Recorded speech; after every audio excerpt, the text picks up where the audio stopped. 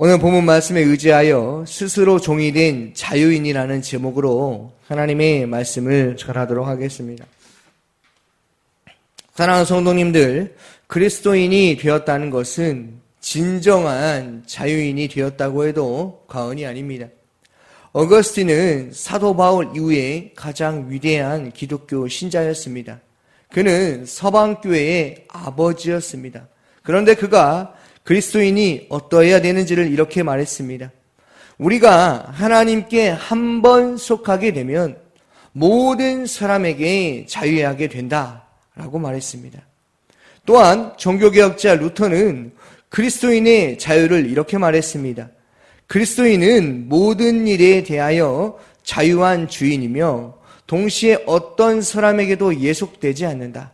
그러나 그리스도인은 모든 일에 있어서 섬기는 종이며 동시에 모든 사람에게 노예된 자라고 말했습니다.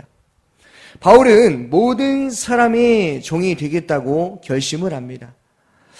사랑하는 성도님들, 참으로 대단하지 않습니까? 자유가 주어졌지만 그 자유를 기꺼이 다 내려놓고 다른 사람들을 자유의 길로 인도하기 위해서 나는 정작 종의 명예를 다시 매겠다는 것입니다. 이것은 그리스도인의 역설입니다. 크리스찬의 패러독스라는 것이죠. 패러독스라는 말은 그 속에 중요한 진리가 함축되어 있다는 뜻입니다. 예수를 알지 못하면 오늘 이 말씀을 절대로 이해할 수가 없습니다. 보통 사람이라면 아니 자유를 주셨는데 다시 종으로 살겠다고 주인으로 살아야지 내가 종으로 살아? 라고 생각하는 사람이 얼마나 되겠습니까? 그러나 우리가 너무나 잘 알고 있듯이 하나님의 사랑이 예수가 우리의 삶 가운데 자유함을 주시기 위해서 우리를 구원하여 주셨다는 것이죠. 그래서 저와 성도님들은 예수 안에서 자유함을 누리며 살아갈 수 있는 이유가 충분합니다. 어느 곳을 선택하든지 예수가 함께하는 한 그 자유함 속에서 우리는 주님께 속해 있는 자, 그리고 그러한 삶을 살 수 있는 것 아니겠습니까? 그런데 바울은 모든 것으로부터 자유할 수 있지만 그는 기꺼이 그 자유를 내려놓겠다는 것이죠. 무슨 말입니까? 여전히 멍에에 매여 있는 사람들에게 멍에를 풀어주기 위해서 우리가 다시 그들과 같이 되고 그들의 삶 속으로 뛰어들고 그들처럼 낮아지고 그렇게 살아가겠다는 존재가 되겠다는 것입니다. 우리가 말씀을 한번 읽어보도록 하겠습니다. 19절, 20절, 21절, 22절, 23절을 다시 한번 읽어보겠습니다. 내가 모든 사람에게서 자유로우나 스스로 모든 사람에게 종이 된 것은 더 많은 사람을 얻고자 함이라. 유대인에게 내가 유대인과 같이 된 것은 유대인들을 얻고자 하며 율법 아래에 있는 자들에게는 내가 율법 아래에 있지 아니하나 율법 아래에 있는 자같이 된 것은 율법 아래에 있는 자들을 얻고자 하며 율법 없는 자에게는 내가 하나님께는 율법 없는 자가 아니요 도리어 그리스도의 율법 아래에 있는 자이나 율법 없는 자와 같이 된 것은 율법 없는 자들을 얻고자 함이라. 약한 자들에게 내가 약한 자와 같이 된 것은 약한 자들을 얻고자 하며 내가 여러 사람에게 여러 모습이 된 것은 아무쪼록 몇 사람이라도 구원하고자 함이니 내가 복음을 위하여 모든 것을 행함은 복음에 참여하고자 함이라. 아멘. 무슨 말입니까? 어떠한 사람이 되었든 그 많은 사람을 얻고자 함이라 라는 거예요. 또한 복음에 참여하는 자로 살아갈 수 있도록 나는 그렇게 다시 종이 되겠다라고 말하는 것입니다. 바울의 엄청난 그 장점이 있었는데 그것은 무엇이냐면 바울의 장점은 어떤 사람을 만나든 그 사람이 연약한 사람이면 연약한 사람을 대하듯 대해주고 그 사람이 강한 사람이라면 최대한 하나님 아버지의 사랑으로 그를 대해주었다는 것입니다. 그러니까 그 사람의 성향에 맞게 그 사람의 생각에 맞게 그렇게 사람을 대해 주었다는 것이죠. 너무나 놀랍지 않습니까? 우리는 과연 내가 만난 사람 중에, 우리가 관계하는 사람 중에서 그렇게 살아가고 있습니까? 일반적인 사람이라면 이것은 말도 안 되는 소리죠. 자신의 주장이 있고 자신의 생각이 있고 자존심이 있고 뜻이 있는데 그것을 다 굽혀서 이야기한다는 건 아니겠습니까? 내가 가장 최상의 자리, 정상에 올라서 남들을 부려먹고 짓밟아야 하는 세상, 군림하는 세상 아닙니까? 떵떵거리며 살아야 하지요. 나는 이만큼 가지고 있다. 나는 이만큼 권력을 가지고 있다라고 세상에 보여주는 삶을 살아야 하지 않겠습니까? 그런데 그는 율법을 알고 있으면서도 그렇게 하지 않겠다는 것입니다. 세상에 많은 지혜를 가지고 있으면서도 그는 십자가만 전했던 사람 아니겠습니까? 그리고 오늘 뭐라고 합니까? 종으로 살겠다고 하는 거예요. 신앙이 연약한 사람은 어떻습니까? 바울의 말을 이해가 안 됩니다. 혹시 바울이 진정한 자유를 포기했다고 생각하십니까? 아닙니다. 그가 종으로 살겠다고 한 것은 오늘 말씀을 우리가 읽어봤지만 더 많은 사람을 얻고자 합니다 라는 것입니다. 그의 모습은 남들이 볼 때 낮아지는 모습 같지만 사실은 사람을 얻고자 하는 것이었다는 것이죠. 사실은 예수님의 제자로 살아갈 수 있도록, 복음에 참여한 자답게 살아갈 수 있도록 그가 그렇게 낮고 낮은 곳으로 내려가고 있다는 것입니다. 사랑하는 성도님들, 진정한 자유는요, 누군가를 위해서 절제할 수 있는 것 아니겠습니까? 진정한 자유는 나의 자유를 위해서, 나의 유익을 위해서 사는 것이 아니라 그 한 사람을 위해서 자신의 자유를 포기하는 것이 더 값지다는 것을 우리는 기억해야 하는 것이죠.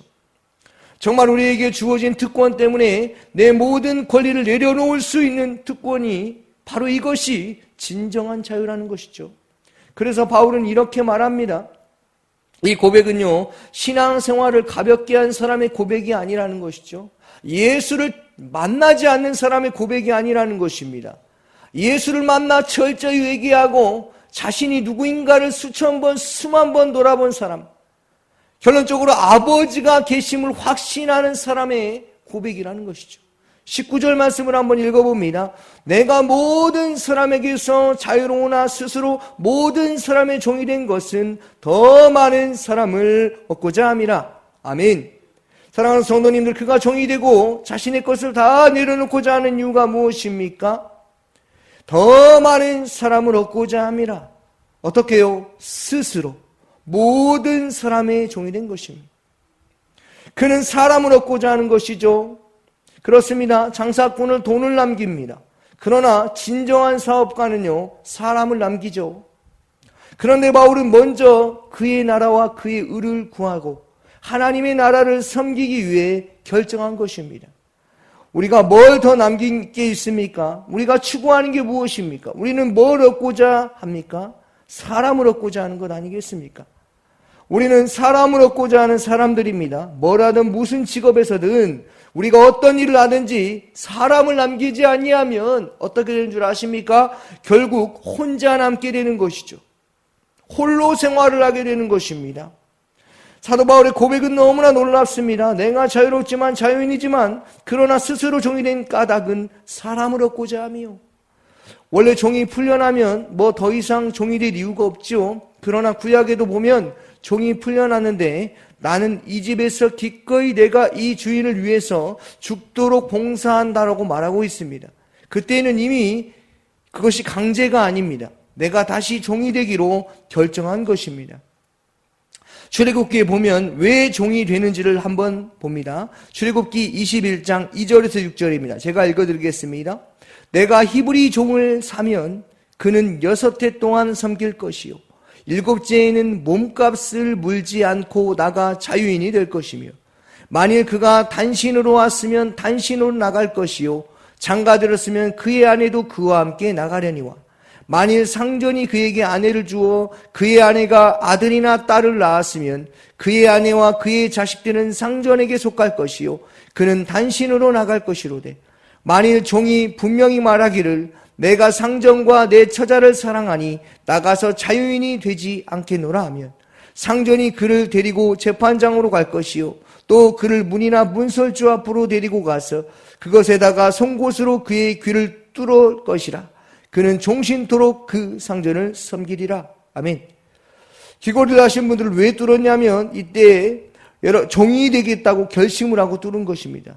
누구의 종이 되기 위해서 귀를 뚫은 것입니까? 사랑하는 사람을 위해서 다시금 종이 되겠다고 하는 것 아니겠습니까? 그 집을 나가도 되지만 그 집에서 일생 동안 섬기기로 결정했다는 것이죠. 누구 때문에요? 사랑하는 사람을 위해서 그렇다는 것입니다. 이 스스로 종이 되는 결단, 스스로 종이 되고자 하는 이 믿음의 결정이 이게 그리스도인의 결정이라는 것입니다. 우리가 말씀을 통해 또 알게 되는 것이 있죠. 더 많은 사람을 얻고자 더 많은 사람을 구원에 이르도록 하겠다는 것 아니겠습니까? 더 많은 사람이 풀려나도록 하겠다는 그 바울의 의지 아니겠습니까? 어쩌면 인질범을 풀어주기 위해서 스스로 인질범이 된 것과 마찬가지 아니겠습니까? 인질이 되어서 인질과 같이 있다가 인질을 구출하겠다는 그런 의도입니다. 예수님께서 많은 사람을 섬기기 위해서 낮고 천한 모습으로 오셨습니다. 마가복음 10장 45절입니다. 인자가 온 것은 섬김을 받으려 함이 아니라 도리어 섬기려 하고 자기 목숨을 많은 사람의 대속물로 주려 함이니라. 아멘. 예수님이 오신 것은 다른 사람을 섬기러 오셨다는 것이죠. 예수님의 제자는 그 모습을 본받는다는 것을 우리는 말씀을 통해 살펴볼 수가 있지요. 그리고 또 하나 아는 것이 있습니다. 바울의 고백보다 훨씬 더 높은 수준의 말씀입니다. 무엇입니까? 인자가 온 것은 섬김을 받으려 함이 아니라 도리어 섬기려 하고, 그리고 이 부분이죠. 자기의 목숨을 많은 사람의 대속물로 주려 함이니라. 아멘. 무엇 때문에요? 복음에 참여하고자 하는 것 아니겠습니까? 예수를 아는 삶을 살기 위하여서, 죄에서 자유함을 얻게 하시기 위하여서 예수께서 친히 스스로 십자가에 못 박히셨다라는 것 아니겠습니까? 그는 근본 본체 하나님이시나 하나님과 동등됨을 버리시고 낮아지셔서 지극히 낮아지셔서 사람과 같이 되셨음에 죽기까지 낮아졌다고 성경은 말합니다. 사랑하는 성도님들, 예수님은 그런 길을 걸어가셨습니다. 이 세상에 단 한 사람도 걸어갈 수 없는 그 죽음의 길로, 그 십자가의 고통은 생살이 못이 박혀야 하는 고통이었고 물과 피를 다 쏟아내는 고통이 아니었습니까?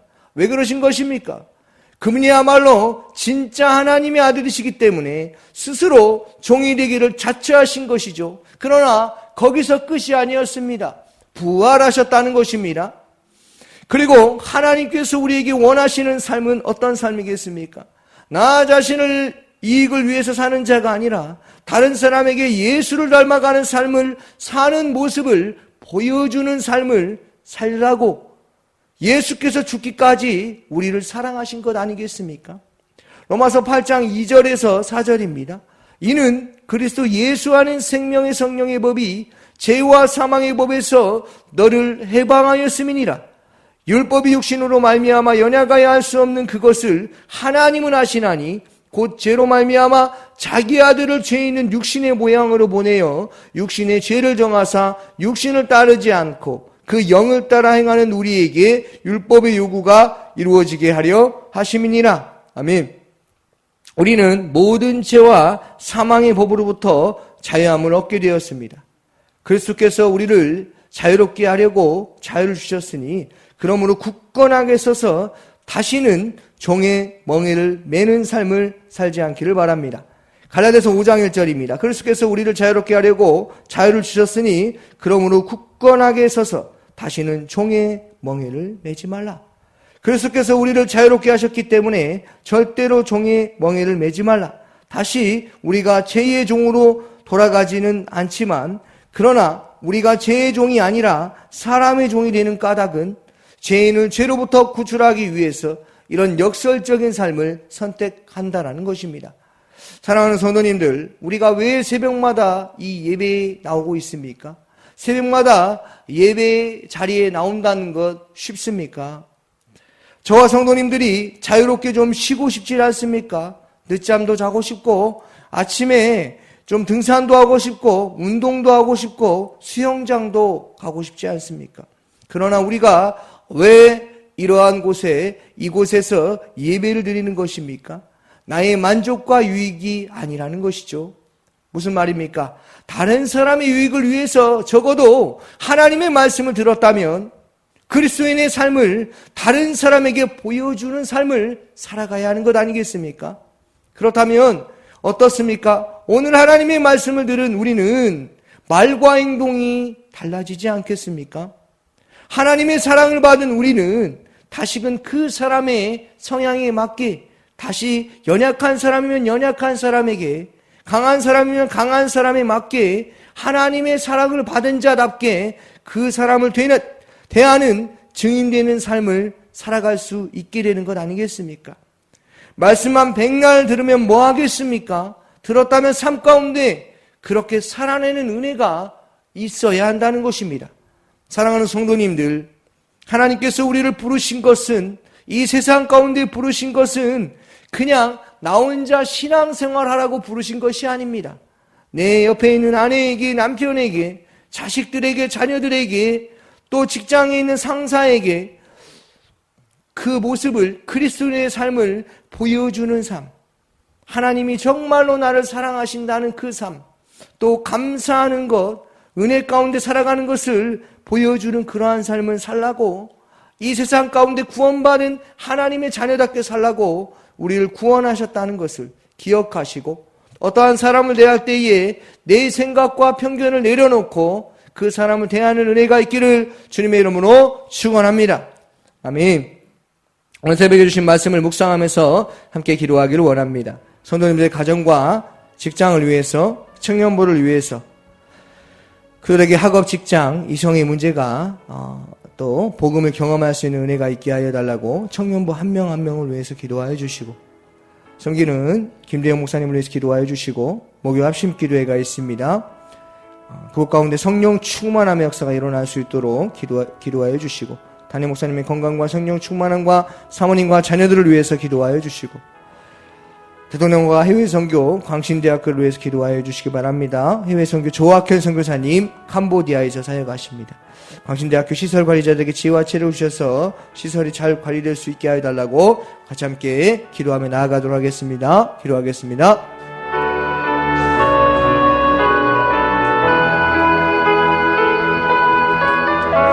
사랑이 많으신 아버지 하나님, 감사합니다. 하나님, 우리를 그리스도인으로 불러주시고 우리를 이 세상 가운데 보내신 것은 내 자신의 유익을 위해서 살아가라고 우리를 보내신 것이 아니라 다른 사람의 그 아버지 하나님 어려운 형편들 가운데 우리가 아버지 그들에게 하나님 도움이 될 수 있는, 그들에게 다가갈 수 있는 그리스도인의 삶을 보여주는 삶을 살라고 우리를 구원하여 주심을 기억합니다. 아버지 하나님, 오늘 하루를 살 때 성령 충만한 삶을 살게 하시고 믿음으로 살아낼 수 있도록 주님 함께하여 주시옵소서.